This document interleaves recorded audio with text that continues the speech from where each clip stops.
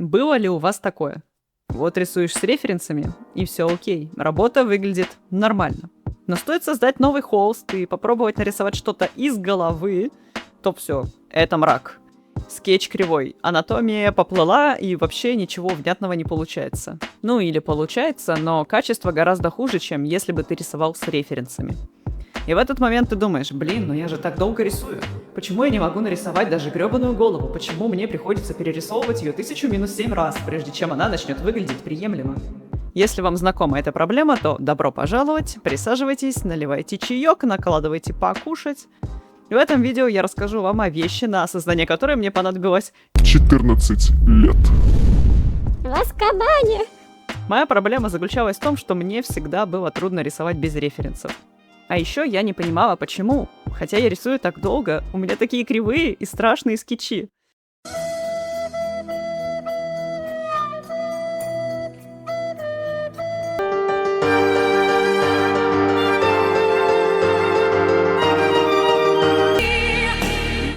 Каждый раз начало моей работы выглядело просто ужасно.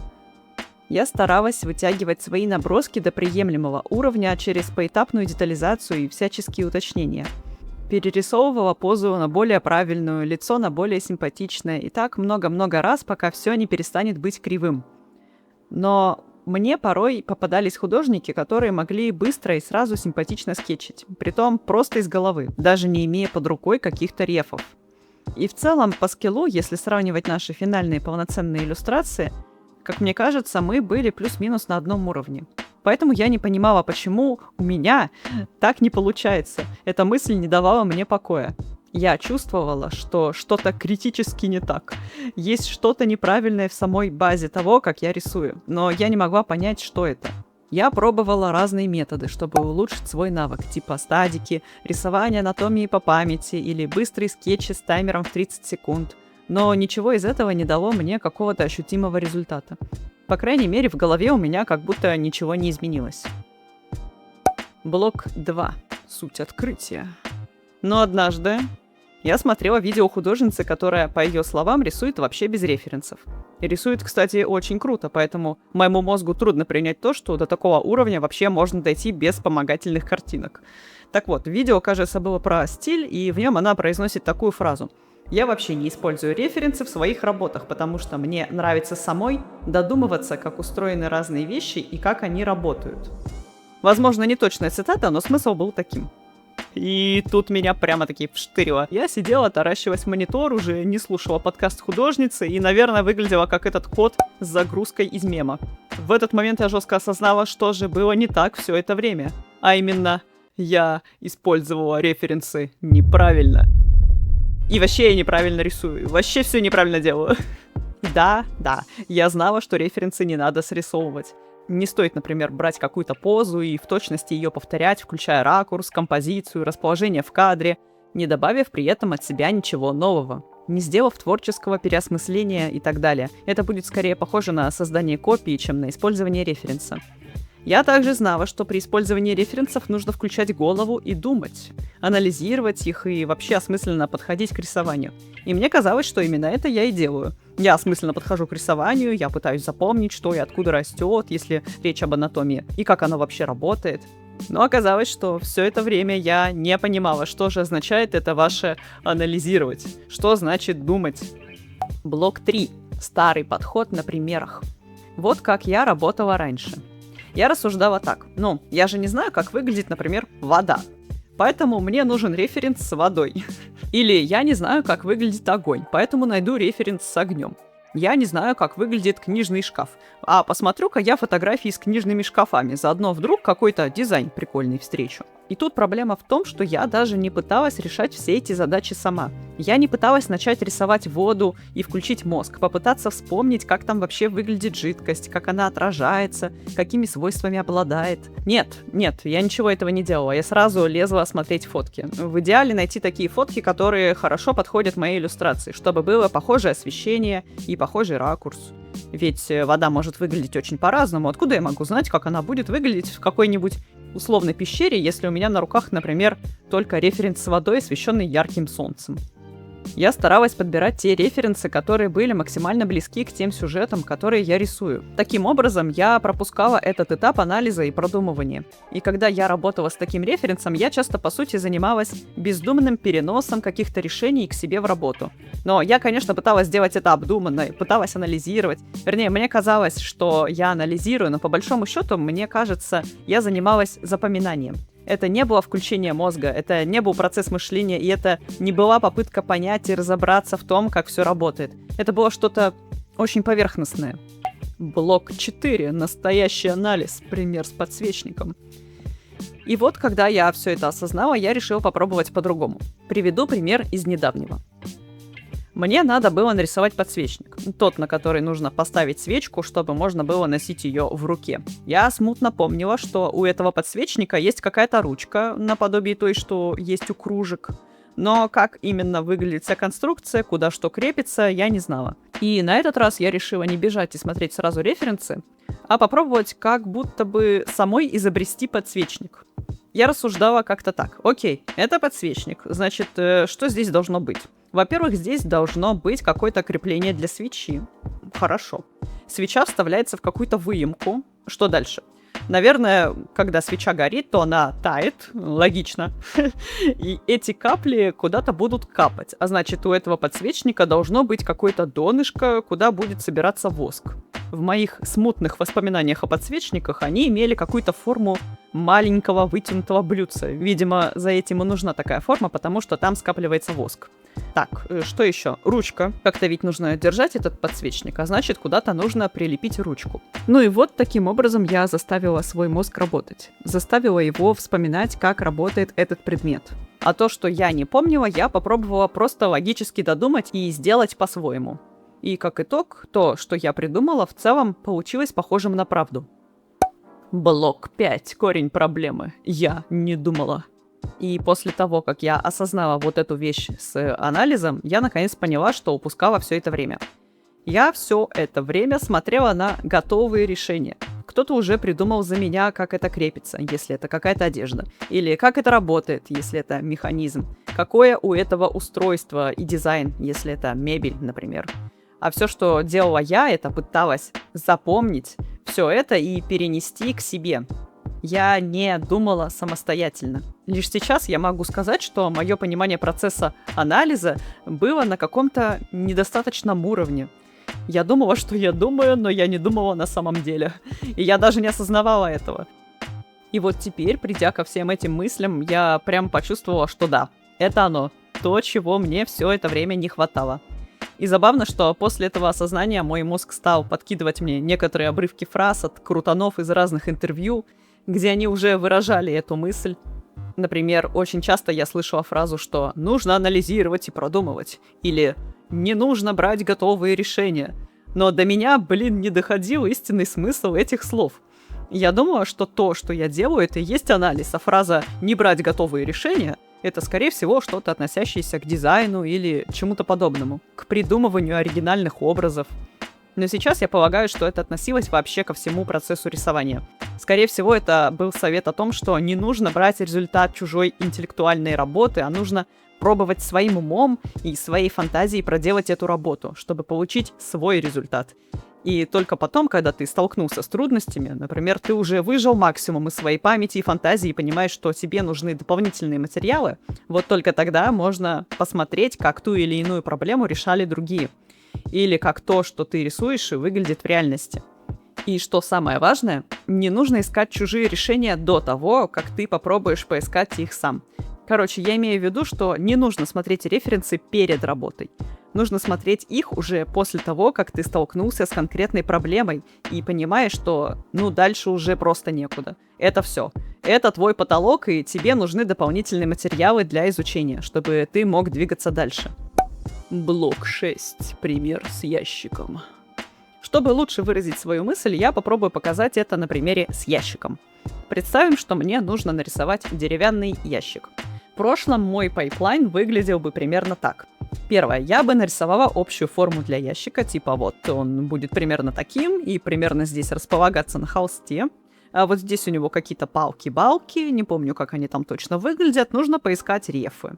Второе. А потом я бы пошла искать референсы с деревянными ящиками. Третье. Когда я их найду, я просто перенесу устройство и дизайн понравившегося мне ящика в свою работу, объединив его с каким-то другим дизайном, чтобы это не была чисто копия одного рефа. И на этом я бы закончила. Теперь же, после того, как я абсолютно преисполнилась и полностью осознала эту вселенную, мой алгоритм несколько изменился. Теперь я каждый раз как будто бы косплею какого-то изобретателя, когда рисую. Первый этап остается таким же. Я накидываю примерный скетч ящика и прорисовываю те детали, которые помню. Например, доски на его плоскостях. А вот дальше я не иду за референсами, я начинаю воображать себя дизайнером мебели. Как будто мне сейчас в реальной жизни нужно будет собрать этот деревянный ящик для фэнтези-сеттинга. Поэтому я начинаю планировать, как я вообще это собираюсь делать и что мне для этого может понадобиться. Итак, первое, что мне приходит в голову, это, конечно, доски. Вот они. Я скрафтила доски только что. Теперь я думаю о том, что мне, наверное, их нужно как-то вместе соединить, чтобы у нас получилась одна из сторон. Если бы все это происходило в реальной жизни, то я бы сложила их вместе, а потом бы думала, а как мне их теперь скрепить-то? В голову приходит такая мысль. Я бы раздобыла какой-нибудь брусок и присобачила бы все доски к нему с помощью гвоздей. И тут важный момент. Я ведь не хочу, чтобы у моего ящика снаружи торчали гвозди, которые бы стали за все цепляться. А значит, гвозди нужно забить так, чтобы острые концы были внутри ящика. А потом молотком я бы согнула их буквой «Г» и вбила бы в брусок, чтобы они не торчали. Итак, теперь у меня есть доски, соединенные вместе бруском. Какие выводы из этого уже можно сделать? Во-первых, в дизайн моего ящика, который я скетчово нарисовала и оставила в углу, добавляются такие детали, как гвозди. Предположительно, пока что они будут находиться где-то посередине. А еще в результате вот этого всего анализа я поняла, что доски-то не будут одинаковыми. Они не будут идеально прилегать друг к другу. Ну, по крайней мере, те доски, которые вырежу я, точно получатся кривыми, поэтому они не будут прилегать идеально. Так что между ними будут образовываться какие-то зазоры, что я и отразила сейчас на скетче. Идем дальше. Я собрала вторую стенку моего будущего ящика, и теперь мне надо придумать, как их соединить. Поставив их рядом друг с другом, я стала вспоминать, как вообще в мебели могут скрепляться две части чего-то. Мне в голову пришли вот такие металлические уголки, которые я когда-то где-то видела. В этих уголках были дырки под шурупы, которые туда потом вкручивались. Но, так как я рисую ящик из фэнтези мира, такие уголки вряд ли существуют в этом сеттинге. Мне кажется, это уже что-то современное. Да и в целом моя конструкция получается смешной. И как бы это сказать, не оптимизированной, что ли. Я прибила доски к брусу, а теперь хочу между досками еще разместить этот уголок, что уже похоже на костыли какие-то. Я уверена, что есть метод соединить две части ящика получше, поэтому стала думать дальше. И тут мне в принципе не понравилось то, как и где я прибила брус к доскам, поэтому я подумала, а что, если я сейчас возьму все эти брусья и попытаюсь сначала создать каркас ящика? То есть я сначала скреплю между собой брусья, а потом прибью к ним доски. Я стала думать над тем, как мне вообще эти брусья друг к другу прикрепить, чтобы вся конструкция выглядела правдоподобно и чтобы она не развалилась. Пока я это рисовала, я пыталась прикидывать, как и с какой стороны я буду забивать гвозди в брус, чтобы скрепить его с другим. И тут стали вылезать всякие проблемы и несостыковки. Но когда я понимала, что именно не так, я это переделывала. Таким образом, у меня получился вот такой каркас. И я, конечно, вообще без понятия, как создаются реальные ящики, но я свой буду делать так. Он в целом, как мне кажется, сейчас выглядит правдоподобно, так что все. Я плотник, я так вижу. Теперь к получившейся конструкции я буду прибивать доски, чтобы посмотреть, что из этого получится. Гвозди я, получается, забиваю в верхний и нижний брус. Для первой доски, наверное, нужно будет вбить гвоздь немного сбоку, так как в брусе он уже есть. Короче, надо быть аккуратным, чтобы гвоздь на гвоздь не попал. На скетче я нарисовала их рядом, чтобы было понятнее, о чем я. Итак, таким вот способом я оббила весь мой ящик, со всех сторон и снизу тоже. Теперь настал черед придумать крышку, и у меня пока 0 идей, как это сделать, чтобы она свободно открывалась и могла удержать то, что находится внутри, если ящик, например, перевернуть вверх ногами. В играх я помню, что когда персонаж обыскивает ящики, то его крышка сдвигается в сторону, а потом встает обратно. И вот тут вопрос. Крышка — это скрепленные вместе доски, которые лежат сверху и никак с ящиком не соединены? Или там есть какое-то подобие петель? никогда не задумывалась об этом раньше. Я набросала обычную крышку, которая просто кладется сверху и никак не прикрепляется. Сомнительный вариант, конечно, но окей, как говорится. А во втором варианте я просто прибила все доски. Такая крышка не открывается, зато очень надежно, содержимое точно не вывалится. Ну и, кстати, тут мой мозг услужливо подкинул воспоминания о том, что в каких-то фильмах ящики вскрывали почему-то ломом, то есть как будто их крышки были реально намертво прибиты гвоздями. А вообще, конечно, в идеале надо сделать какие-нибудь бортики, чтобы эта крышка как бы утапливалась вовнутрь, и чтобы она не съезжала с ящика, а фиксировалась на нем. Пазы вырезать для фиксации. Ну, надеюсь, вы поняли, я понятно нарисовала, что имела в виду. В целом, на этом этапе я уже более-менее довольна своим ящиком. Да, возможно, и наверняка его можно сделать лучше. Я вот смотрю на эти брусья, которые я приколотила к крышке в качестве ручки, и думаю, что они лишние. И что вся конструкция точно должна выглядеть немного иначе. Потому что если я переверну ящик вверх ногами, то, получается, эти брусья будут мешать, как ненужные ножки. Они добавляют ящику неустойчивости. И это еще у меня не решен вопрос о том, а как крышка вообще может надежно закрываться. Пока что все, до чего я додумалась, это приколотить ее гвоздями. Я тут еще подумала о варианте ящика, у которого каркас снаружи, а не внутри. Но мне тяжело представить, как его собирать. Тут, наверное, гвозди придется забивать изнутри, иначе это просто неудобно. Доску не во что упереть, чтобы она не отлетала от каждого удара молотка. Значит, гвозди будут торчать наружу. Непонятненько. Но зато с такой конструкцией ящика, где каркас снаружи, не нужно прибивать какой-нибудь брусок, чтобы было удобнее ухватиться за крышку. Эти бруски уже прибиты по всей площади ящика. Но все же ладно, я, пожалуй, остановлюсь на варианте с каркасом внутри и с крышкой, которая прибита намертво. После всей этой мозговой работы можно возвращаться к тому скетчу, что я нарисовала в начале, и вносить правки. Теперь я точно знаю, где должны торчать шляпки от гвоздиков, потому что я буквально сама только что изобрела эту конструкцию. А еще я добавляю своим доскам небольшой толщины, ведь они имеют объем, и думаю, его будет видно. Немного покопавшись в воспоминаниях, мне показалось, что я часто видела ящики, у которых на одной из сторон была какая-то диагональная перекладина. Или, может, на всех сторонах. Думаю, будет логично, если я прибью ее ко всем. Я, честно говоря, не уверена, для чего она, и не уверена, что мои воспоминания меня не обманывают, но сейчас мне скорее хочется заняться дизайном и добавить каких-то интересных элементов, внести разнообразие. В целом, эта диагональная перекладина может служить для того, чтобы сделать всю конструкцию более надежной. Она, получается, соединяет у нас и верх, и низ, а еще лево и право. Возможно, это добавит ящику прочности. Проверить такое я бы могла только на практике. Сейчас как-то, трудно предсказать. Кстати, занятный момент. Вещь, которую я упустила сразу же после того, как перестала думать о том, зачем это надо, и стала думать о дизайне, это вопрос равновесия. Если я сейчас прибью эту диагональную доску сюда, то получается, что точкой опоры моего ящика будет эта доска, а не вся поверхность его плоскости. А значит, он будет более неустойчив, будет шататься из стороны в сторону.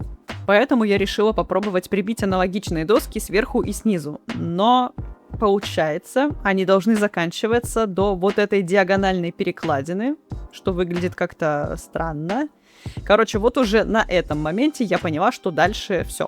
Я, кажется, выжила из себя все, что могла, и вот теперь можно и референсы посмотреть, чтобы узнать, как ящики устроены на самом деле. Хотя, честно говоря, после того, как я дорисовала эти перекладины, как будто даже правдоподобно выглядит. Ну ладно. Дальше я пошла смотреть референсы и проверять себя на ошибки. В результате своего исследования я выяснила, что обычно к каждой плоскости ящика еще прибивают доски. Сверху, снизу, по бокам и еще одну или две диагональных посередине. Но мне было непонятно, для чего все это надо. Так что я еще обратилась к нейросети и попросила ее пояснить за референс, для чего нужна именно такая конструкция. Кстати, нейросети могут классно объяснять что-то и находить информацию. Например, мне вот Грок скинул инструкцию с тем, как люди собирают ящики, чтобы я с этим ознакомилась. Хотя, конечно, такие простые вещи можно и самому загуглить. А вот если нужно найти то, что ты даже не знаешь, как называется, или нужно попросить объяснить устройство чего-то, нейросети в таких ситуациях прям классный инструмент. Но нужно обязательно проверять информацию и просить у них ссылки на источники, так как ИИшки, к сожалению, все еще подвержены галлюцинациям. В общем, со слов Грока, диагональная перекладина, которую он назвал X-раскосом или H-раскосом, нужна для того, чтобы ящик не заваливался в бок под давлением веса своего содержимого. Короче, с этим раскосом он становится устойчивее. И, как я поняла, раскос может быть как 1, так и 2. Поэтому у себя я решила оставить 1. В итоге такой вот ящик у меня получился. Теперь я разбираюсь в них немного больше. Не так-то уж простые они оказались. Есть куча нюансов, о которых раньше при моем старом подходе к референсам я бы даже не задумалась. И, наконец, подводя итог, то, что я показала на примере ящика, нужно применять вообще ко всему. Ко всему рисованию. Ну, я, конечно, не имею в виду, что перед тем, как рисовать условный шкаф, нужно нарисовать, как открываются у него дверцы, нарисовать все петли, внутреннее отделение и так далее. Нет, я рассказала о способе мыслить. Все эти вещи с дверцами, петлями и прочим стоит проделывать у себя в голове. Разобрать конструкцию настолько подробно, чтобы реально понимать, как оно работает, а не вслепую пытаться рисовать, даже не понимая, что именно и зачем ты рисуешь, за что отвечает тот или иной элемент и тому подобное. Вот это вот, оказывается, есть тот самый осмысленный подход к рисованию. И заодно, кстати, правильная работа с референсами. Блок 7. Заключение и совет. Возможно, вышло несколько сумбурно, но я надеюсь, что мне удалось донести свою мысль. Может быть, кто-то тоже, как и я, чувствует, что он начал свое обучение рисованию как-то неправильно, и теперь как будто бы застрял на одном месте. Может быть, у вас есть похожая проблема с референсами. Я вот реально очень советую изменить алгоритм и попробовать порисовать так, как я описала. Ну, если, конечно, вы не рисовали так и раньше, тогда для вас все это не актуально. Итак, если коротко, пайплайн должен быть таким. Первое. Делаем набросок. Второе. Уточняем набросок и продумываем строение объекта своим умом. Пытаемся или вспомнить, как то, что мы рисуем, выглядит в реальности, или, если не получается вспомнить, то придумываем сами правдоподобные устройства. Третье. Когда достигли потолка и выжили из своей фантазии и опыта максимум, идем искать референсы, которые помогут исправить ошибки или подскажут новые решения. Четвертое. После того, как впитали в себя новую информацию, благодаря найденным референсам, вносим правки в скетч с пониманием того, что и зачем мы исправляем. То есть, по сути, референсы нам нужны будут только для того, чтобы проверить себя на ошибки. Насколько вы угадали или не угадали, как тот предмет, который вы рисовали, выглядит в реальности. И если вы самостоятельно уже хорошо продумали его механику, решили поискать референсы и видите, что на них, в общем-то, примерно то же самое, что и у вас на холсте, но другой дизайн, то это очень здорово. Это значит, что вы поняли суть этого предмета, его функции, для чего он, куда он. А то, что там дизайн будет отличаться, ничего страшного. Это скорее больше декоративная штука, которая может выглядеть абсолютно по-разному. Главное, что вам удалось вспомнить или даже придумать самостоятельно сам принцип, по которому работает объект, который вы изображаете. На самом деле, если вы смотрите на свой скетч и понимаете, что, вообще-то, они плохо выглядят, и вы сами верите в этот предмет, допустим, вы тоже рисовали какой-нибудь ящик, то на этом этапе, может быть, вы осознаете, что на самом деле референсы-то вам не так и нужны. Вы и сами неплохо справились с задачей. Если что, я, конечно, не топлю за то, чтобы вообще не использовать референсы. Нет, я не про это. Я говорю о том, как пересилить вот этот страх и неуверенность, что без референсов не получается. Или получается хуже, чем обычно. И как это можно вообще пофиксить. По крайней мере, это то, что сработало у меня. И я прямо почувствовала, как мое понимание рисования изменилось, как оно усложнилось и стало более глубоким и осознанным. Это на самом деле довольно забавно, как будто всегда что-то было перед глазами, все вокруг об этом говорили, но я почему-то не могла установить это обновление в свою голову. Как будто у меня была какая-то недостаточная версия операционной системы, чтобы смочь усвоить это знание. Любопытное чувство, конечно. Так, еще раз повторю алгоритм. Нарисовать из головы, продумать механику, дизайн, принцип работы, проверить свои решения референсом и в финале исправить. Не наоборот. Не начинайте с поиска референсов, так вы пропускаете этап мышления, а это очень важный этап в рисовании. Про анатомию. Возможно, сейчас кто-то скажет, мол, окей, я понял. Когда рисуем какую-нибудь мебель, инструменты, архитектуру и тому подобное, то можно попробовать пофантазировать и представить, что ты мастер, который собирается создавать это своими руками. Хорошо. Всякие простые вещи, которые мы часто видим, можно вообразить в голове и попытаться воссоздать по памяти или с помощью анализа. Но что делать, если я рисую персонажей? Я же не могу знать, где какие мышцы, если я их никогда не изучал. Да и придумать здесь все самостоятельно, это же невозможно. И вот как раз для этого и существуют упрощенные формы для фигуры человека и других животных. Когда фигуру разбивают на всякие кубики, квадратики, шарики, цилиндры и так далее. Поэтому тут все то же самое. Рисуем сначала упрощенными формами, используем сферы и цилиндры. А уже когда вы выстроили из этих простых форм позу персонажа, разобрались с тем, какие у него пропорции, каким образом он вообще находится в пространстве, это вид сверху, снизу или еще какой-то, как при всем при этом у вашего персонажа сокращаются формы, как они взаимодействуют друг с другом, что из чего растет и все в таком духе. Когда вы сами, ни на что не опираясь, построите вот такую простую болванку, вот уже после этого можно идти и искать рефы. И тут важная ремарка. Референс, который вам нужен, это то, что поможет вам понять устройство объекта или фигуры. То есть в нашем примере с фигурой человека вам нужно понять и разобраться, как нарастить теперь на эту болванку мышцы. Поэтому ищем картинки с изображением анатомии человека. Пытаемся учить, где какие мышцы и как они вообще сидят на скелете, куда крепятся, как заворачиваются и так далее. Если вы хотите заставить свой мозг работать и лучше усваивать информацию, научить его анализировать, а не просто копировать, тогда вам нужны референсы вот такого плана. То есть то, что не просто даст вам готовый ответ, как в вашем ракурсе все это нарисовать, а как бы даст подсказку, методичку о том, как все устроено в целом. Ну типа, вам нужна удочка, а не рыба. Стоит попытаться самостоятельно нарастить мышцы на болванку и пораскинуть мозгами, как это сделать правдоподобным. Референсы же вот такого плана, где уже готовая поза, готовое решение под вашу задачу. Готовое решение, опять же, да?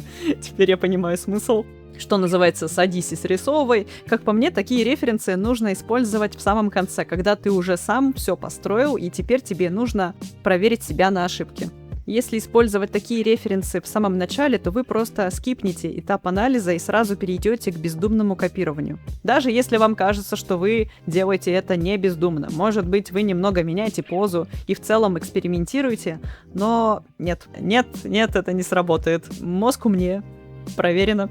Он любит лениться. Начинать работу с поиска референсов — это то, чем я сама занималась долгое время, хотя мне реально казалось, что я пытаюсь анализировать позу, думать о том, как, что и откуда растет и все такое, но на самом деле, если это и был анализ, то очень поверхностный, и в результате я чувствовала, что мой навык застрял в какой-то одной точке, и я не знала, что мне с этим делать и в чем вообще проблема. Ну, пока меня не настигло вот это озарение о том, что из себя представляет это самое думать на самом деле. В общем, я бы советовала просто изменить порядок, в котором нужно смотреть на референсы определенного типа. При условном построении фигуры человека сначала вообще ничего не смотреть, сделать детальную болванку и тогда поискать рефы с мышцами. Попробовать их нарисовать самостоятельно, поковыряться с перспективой, пофантазировать на тему того, как бы это могло правильно выглядеть, а уже на финальном этапе, когда вы выжали из себя максимум, открыть референс с позой, как на вашей работе, и проверить себя на ошибки. Концовка. Что ж, надеюсь, это видео кому-то пригодится. Вдруг я не одна такая, кто понимал все эти базовые принципы не совсем так, как стоило бы. Расскажите, кстати, каким был ваш путь в рисовании, и понимали ли вы все эти вещи, о которых я говорила здесь? Были ли у вас тоже подобные великие озарения? И если да, то на какую тему и что именно это было? В общем, делитесь в комментариях своим опытом, я думаю, всем интересно будет это почитать. Соберем список полезных советов. Ну, а я теперь жду следующего инсайта. Надеюсь, на этот раз он произойдет быстрее, чем через 14 лет рисования.